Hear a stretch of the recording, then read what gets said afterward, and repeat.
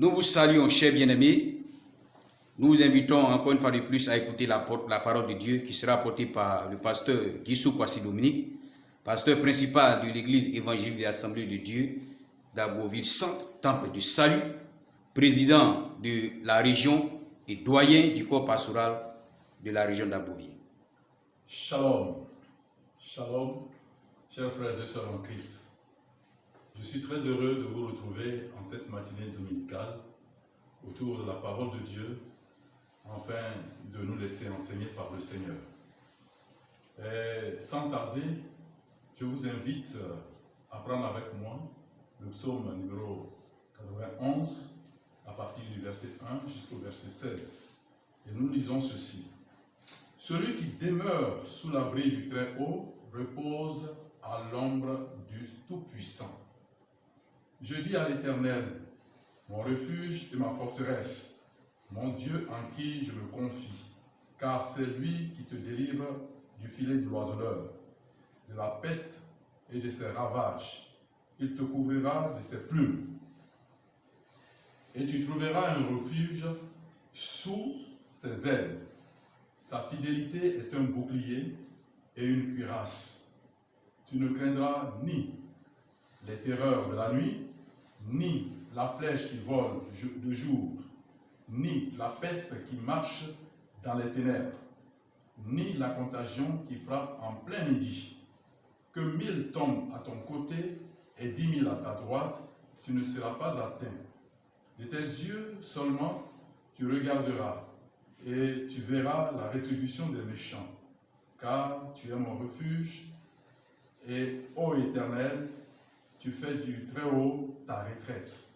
Aucun malheur ne t'arrivera, aucun fléau n'approchera de ta tente, car il ordonnera à ses anges de te garder dans toutes tes voies. Ils te porteront sur la main, de peur que ton pied ne heurte contre une pierre. Tu marcheras sur les lions et sur l'aspic. Tu fouleras le lionceau et le dragon. Puisqu'il m'aime, je le délivrerai, je le protégerai, puisqu'il connaît mon nom. Il m'invoquera et je lui répondrai. Je serai avec lui dans la détresse. Je le délivrerai et je le glorifierai. Je le rassasierai de longs jours et je lui ferai voir mon salut. Amen. Nous prions le Seigneur. Nous te bénissons, notre Père. Nous te rendons grâce pour ces instants que tu permets en cette matinée dominicale, afin d'écouter ta parole. Cette parole qui donne espoir aux désespérés. Cette parole qui transforme. Cette parole qui régénère. C'est elle que tu veux que nous écoutions en cette matinée dominicale, afin de pouvoir nous communiquer la foi. Parce que nous vivons des moments difficiles, des moments périlleux. Il n'y a que toi seul qui puisse nous aider en ce moment-ci. C'est pour cela. Seigneur, prends l'initiative de toutes choses et enseigne-nous ta parole. Fais-nous du bien, afin qu'au sortir de ce lieu, nous puissions dire Dieu nous a parlé, au nom puissant et merveilleux de Jésus. Amen. Ce matin, chers frères et sœurs en Christ, je vous invite à réfléchir sur le thème « Demeure sous l'abri du Très-Haut ». Dans la vie, l'homme est par moments confronté à plusieurs dangers dans tous les domaines de son existence. Alors, pour trouver le secours, pour échapper aux dangers, pour vivre en toute quiétude, avoir une longue vie et bénéficier d'autres avantages. Le psalmiste nous donne ici la réponse dans ce psaume numéro 91, le verset 1, en ces termes. Celui qui demeure sous l'abri du Très-Haut repose à l'ombre du Tout-Puissant. D'où le thème « Demeure sous l'abri du Très-Haut ». Ainsi, notre démarche se fera comme suit. 1. approche définitionnelle. 2. Importance de demeurer sous l'abri du Très-Haut. 3. Comment demeurer sous l'abri du Très-Haut. 1. Approche définitionnelle. Demeurer ou demeure, action de demeurer et veut dire rester quelque part, y résider, y habiter, y vivre longtemps ou pour toujours, mais pas y être de temps en temps. Je veux dire par là qu'il faut une constance. Ici, il s'agit de la constance à vivre dans la proximité divine révélée comme essentielle. Deuxièmement, sous l'abri. Cela signifie sous la tente, dans la maison, dans la retraite secrète du Seigneur, être connecté au Très-Haut, être sous la couverture du Très-Haut, c'est une chose merveilleuse d'être sous la couverture du Très-Haut, mais que signifie cette expression Très-Haut?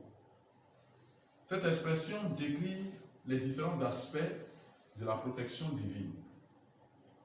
Premièrement, elle montre qu'il est plus grand que tout ce qui peut nous menacer. Et nous lisons dans Genèse 14, verset 19 à 20, où il est écrit ceci: il bénit Abraham et dit: béni soit Abraham par le Dieu très haut, maître du ciel et de la terre. Béni soit le Dieu très haut qui a livré tes ennemis entre tes mains. Au-dessus de toutes les difficultés, c'est dire qu'il est au-dessus de toutes les difficultés. Dieu est grand. Que ce que nous avons en face de nous, de ce que nous avons comme le coronavirus et toutes sortes de crises financières, sociales et bien d'autres. Deuxièmement, cette expression met l'accent sur la puissance dont il dispose pour affronter et détruire tous ses ennemis.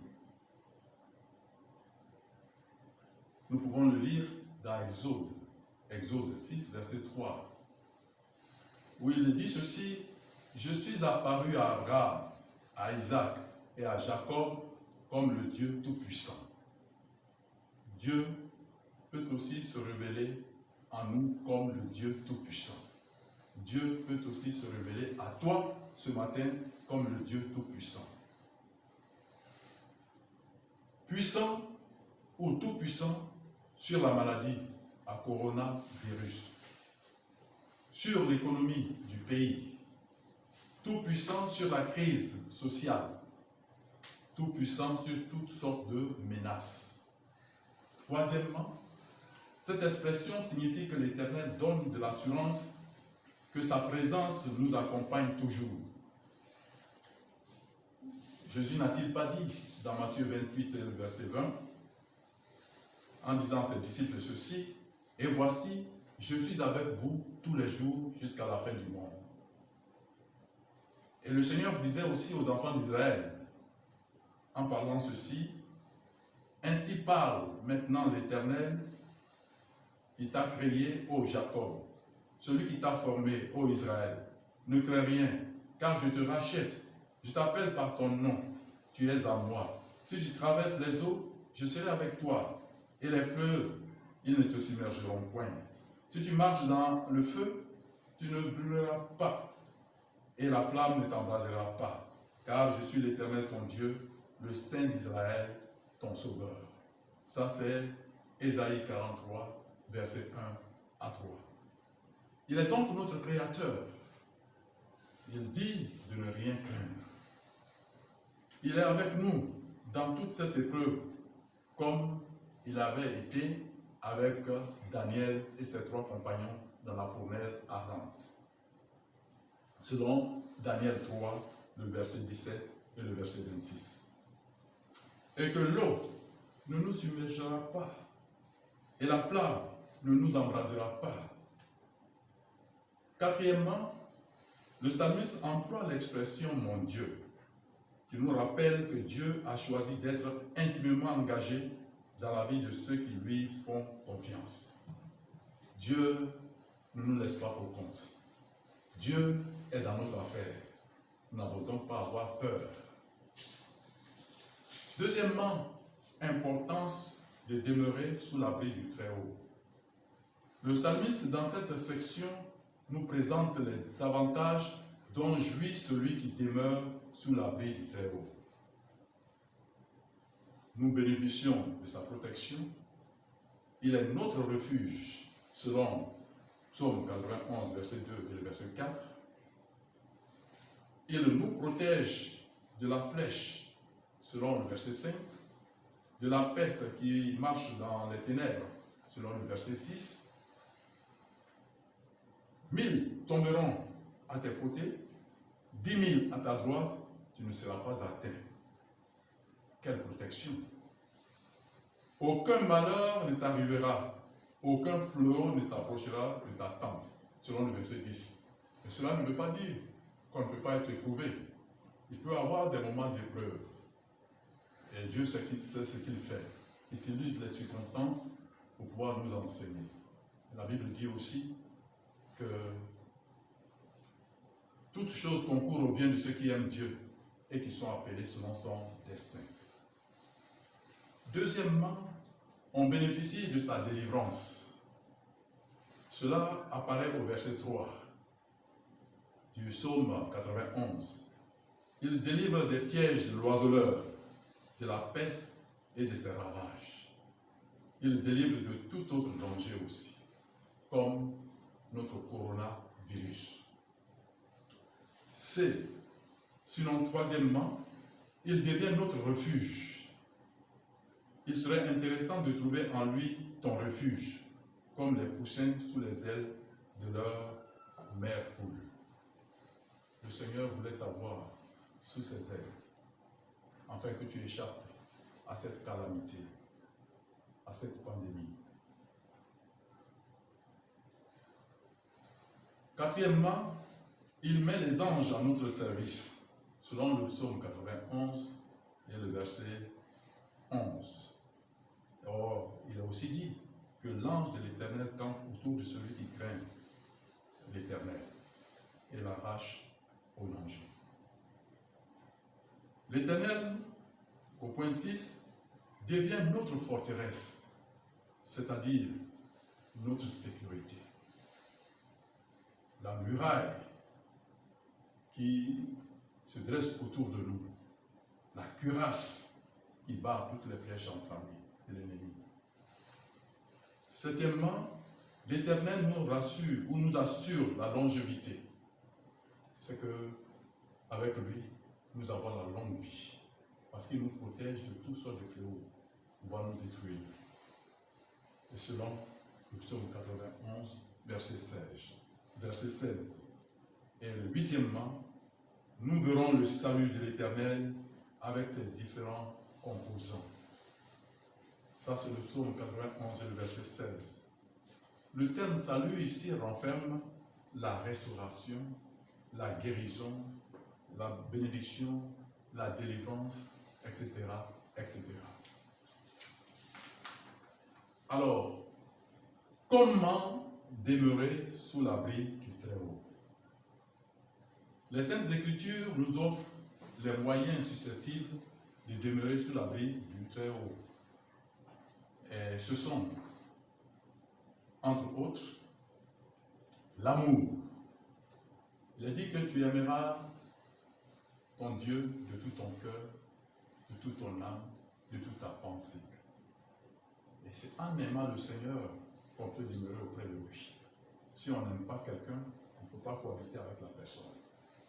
Donc, il faut aimer le Seigneur. Deuxièmement, par la repentance. Car la Bible dit que tous ont péché et sont privés de la gloire de Dieu. Or, nous ne pouvons pas être sous l'abri du Seigneur si nous sommes souillés. Il nous faut être lavés. Or, la Bible dit que celui qui reconnaît ses transgressions, les avoue et les délaisse, obtient miséricorde. Alors, si nous reconnaissons que nous sommes pécheurs, que nous avouons nos fautes et que nous les délaissons, nous pouvons demeurer dans la présence ou sous l'abri du Seigneur. Troisièmement, par la sanctification. Il a dit que sans la sanctification, nul ne verra le Seigneur. Pourquoi? Parce que le péché nous barre. Le péché est un barrage pour nous pour pouvoir être auprès de lui. Ainsi, il est impérieux, il est indispensable de se sanctifier afin d'être sous l'abri du Très-Haut. Point 2, la consécration. Nous pouvons demeurer sous l'abri du Seigneur par la consécration, c'est-à-dire par une vie de prière, une vie de méditation de sa parole, et une vie de jeûne et prière. Et point E, par la foi dans ses promesses. Dieu nous a fait des promesses. Il veille sur sa parole pour l'accomplir. Et si nous demeurons dans les promesses du Seigneur, que nous croyons à ces promesses-là, nous serons toujours à l'abri du Très-Haut. Et septièmement, l'obéissance à sa parole. Il a dit que l'obéissance vaut mieux que les sacrifices. Et si nous n'obéissons pas, quoi que nous fassions, nous serons en abomination à l'Éternel. C'est par l'obéissance que nous pouvons demeurer dans la présence du Seigneur, ou nous pouvons demeurer sous l'abri du Seigneur. Et point G, la foi en sa sainteté et en sa fidélité. Dieu est saint. Étant saint, il ne nous veut pas du mal. Ce n'est pas pour lui un plaisir de nous faire du mal. Non, il est saint. C'est un Dieu d'amour. Et en tant que tel, il nous rassure sa fidélité. Ce qu'il dit, il veille sur sa parole pour l'accomplir. Et tout ce qu'il nous dit, il l'accomplira aussi en notre faveur, parce qu'il est fidèle. Point H, la dépendance du Saint-Esprit. Si nous dépendons du Saint-Esprit, si nous marchons selon l'Esprit, nous serons dans la volonté du Seigneur. Par conséquent, cela sera avantageux pour nous d'être dans la présence du Seigneur. C'est pour cela, chers frères et sœurs en Christ, je vous invite en définitive, qu'il convient de relever qu'en ces temps fâcheux, marqués par toutes sortes de calamités, d'épreuves et de crises qui s'abattent sur le monde, l'enfant de Dieu doit être sans crainte et avoir une totale assurance en la protection divine. En effet, l'enfant de Dieu, face à toute situation, a un abri sûr sur lequel il doit demeurer. C'est ce qu'évoque le psalmiste dans cette section, au verset 1. Celui qui demeure sous l'abri du Très-Haut repose à l'ombre du Tout-Puissant. Je vous remercie. Nous allons prier le Seigneur. Notre Père, merci pour ta parole. Cette parole qui nous enseigne, cette parole qui nous donne espoir. Parce que nous avons un Dieu tout-puissant, un Dieu en qui nous avons tout pleinement, vers lequel nous pouvons partir ou abriter en ces temps difficiles, afin de pouvoir voler au-dessus de ce coronavirus comme l'aigle vole au-dessus des tempêtes et remporter la victoire. Parce que nous avons un Dieu tout-puissant. Et ce Dieu tout-puissant est capable d'anéantir d'une seule parole la puissance de cette maladie et nous rendre vainqueurs. Béni sois-tu, Seigneur, de ce que tu feras en sorte que cette parole ait son accomplissement, non seulement dans nos vies, mais à travers nos vies, et aussi pour pouvoir atteindre ces âmes dans ce monde, pour qu'elles soient aussi sauvées et qu'elles puissent espérer en toi en toutes choses. Au nom puissant et merveilleux de Jésus. Amen. Ainsi prend fin l'exhortation de ce jour. Merci, chers bien-aimés, pour la bonne écoute. À très bientôt. Shalom, shalom, shalom. Thank